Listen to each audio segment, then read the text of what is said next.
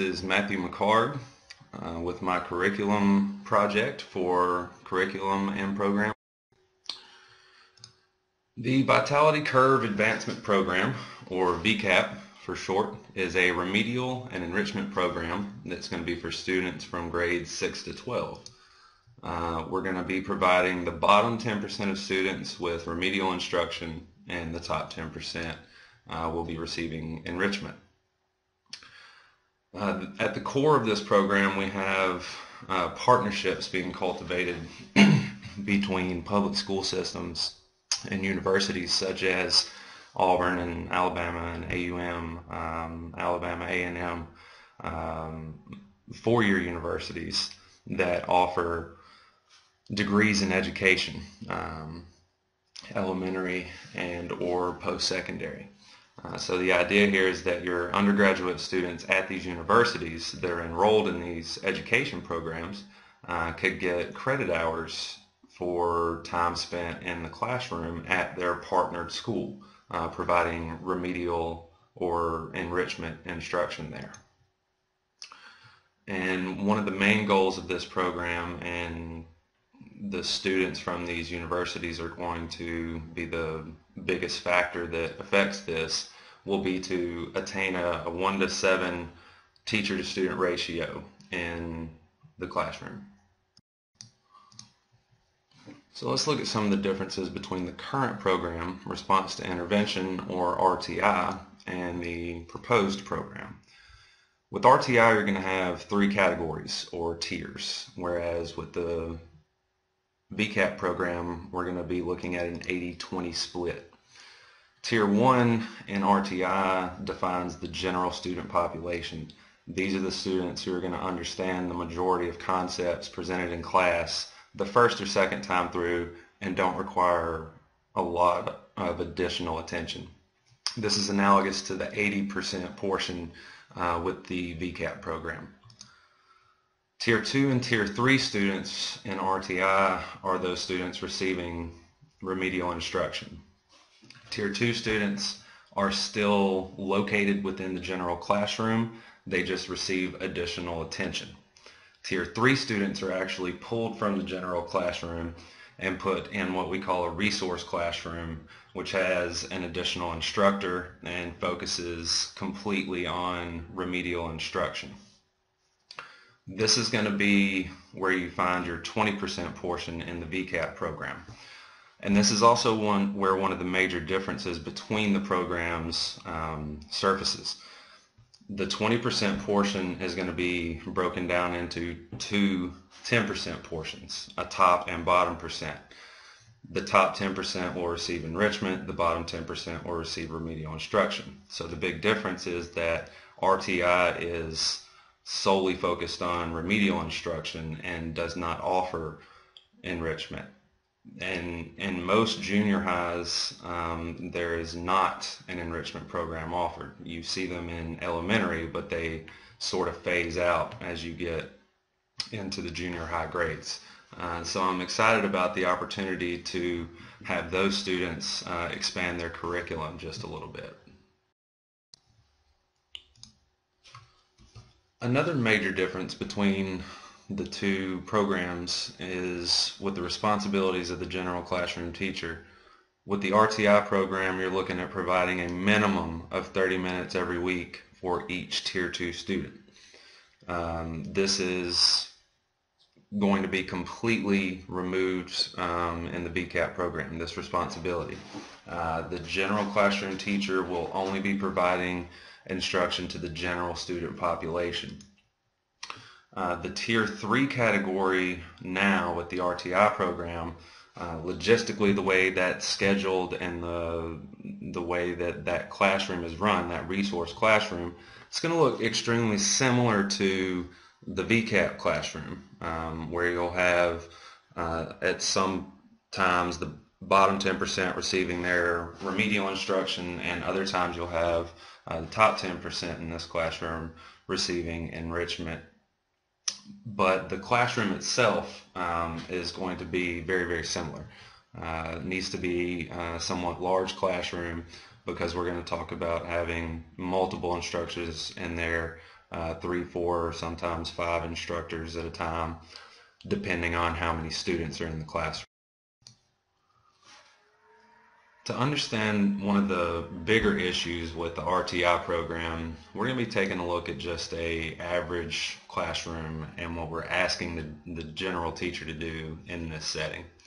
So for an example, we're going to have 25 students, one teacher, in a 62-minute period. And again, these are your requirements right now for the general classroom teacher. 30 minutes a week per student in a one-on-one or a small group setting. Now, if you're in a small group setting, you have to have only Tier 2 students in that group for this to qualify as Tier 2 instruction, because it must be in addition to your Tier 1 instruction to the general population. This means new materials must be created, new resources, and different instructional strategies must be used when providing Tier 2 instruction. And of course, you've got to document all of this, and we refer to it as progress monitoring data. This is numerical scores from assessments. This is comments from dialogue that you have with the student, observations that you make throughout the day. All of this must be documented on a daily basis.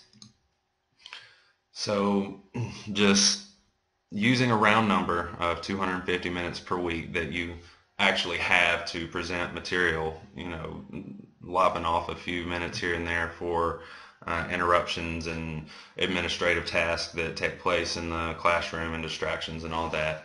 At 250 minutes of instructional time a week, your Tier 2 instruction is going to be 12% of your weekly instructional time. That's 12% per student. So if you had, let's say, 4 students and 4 Tier 2 students in a general classroom, those 4 students are going to compile 48% of your weekly instructional time, leaving the other students to divide the remaining 52%. This is a major problem and the biggest issue that we are attempting to correct with the VCAP program. To confirm some of the issues that exist with the RTI program, I conducted a survey of teachers and administrators from Prattville Junior High School and Prattville High School. And you can see here roughly 60% in all 3 of these questions disagree or strongly disagree that they are able to provide meaningful instruction and meet their requirements on a daily basis currently under the RTI program, which is fairly telling that there's a problem there.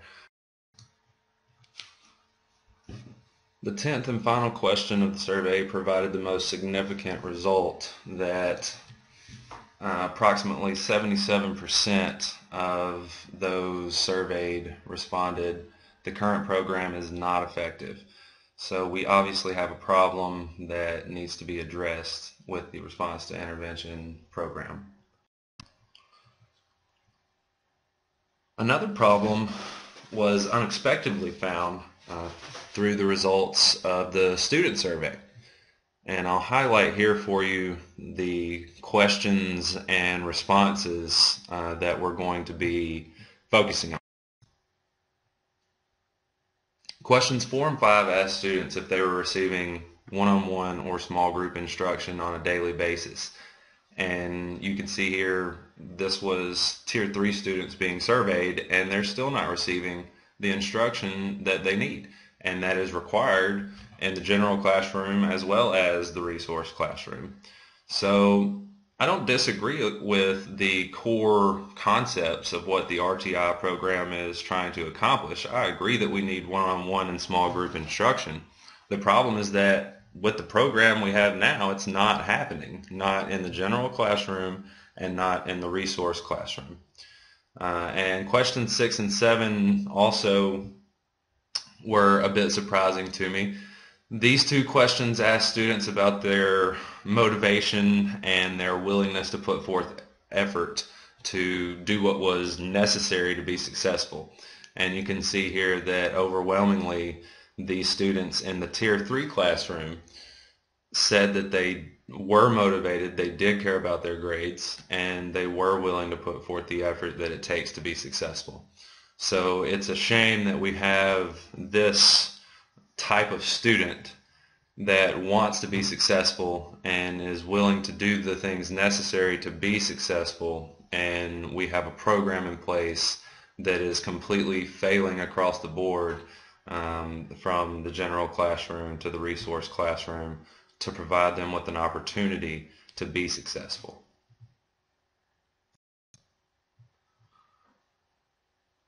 So let's take a look at what the VCAP program is and how it's going to set about accomplishing the goal of fixing some of the things that we've just talked about with the RTI program. Our main purpose is providing remedial instruction to current Tier 2 and Tier 3 students, and also providing enrichment to students that qualify for that aspect of the program.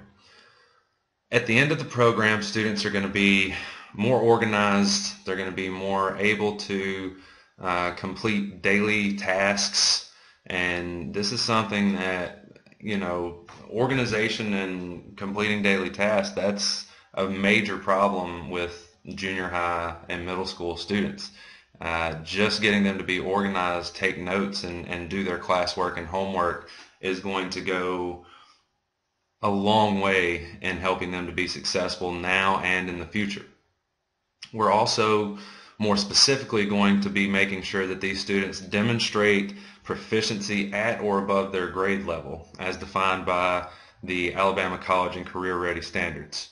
And most importantly, we want these students to be able to re-enter the general classroom and be confident that they belong there and be able to contribute to the learning community every day.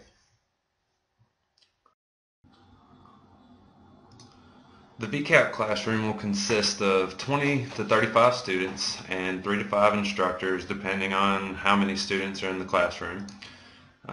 You'll always have at least one certified instructor in the classroom at all times, and with this ratio that we're going to create, we're going to be able to provide daily assessments and feedback, and we're going to actually have the students record their progress monitoring data daily in a student progress log.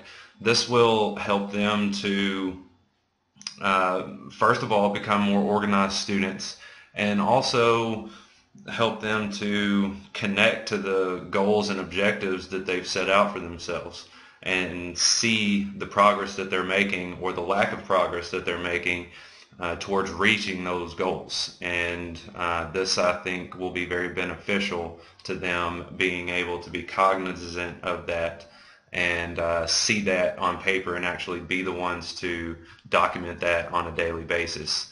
And of course, your student instructors are going to gain just really good experience. Again, you're talking about teaching students that are not going to get this the first, second, third time through, so you're going to be having to use all different kind of strategies and come up with creative ways to present material, and that is very good for these undergraduate students to be exposed to.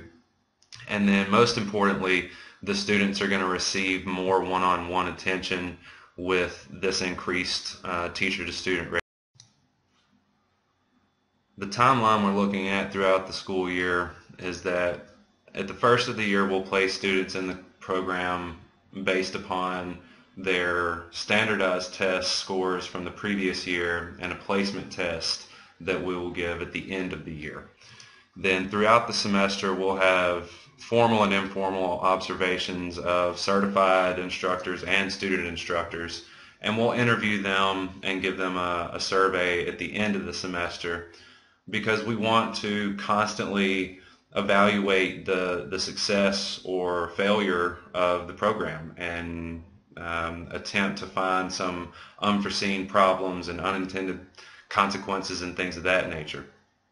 We will reevaluate the placement of remedial students every month in our monthly meetings, and then at the end of the semester they'll have an opportunity to test out of the program. And enrichment students will be given the opportunity to return to their elective course if they wish at the end of each semester.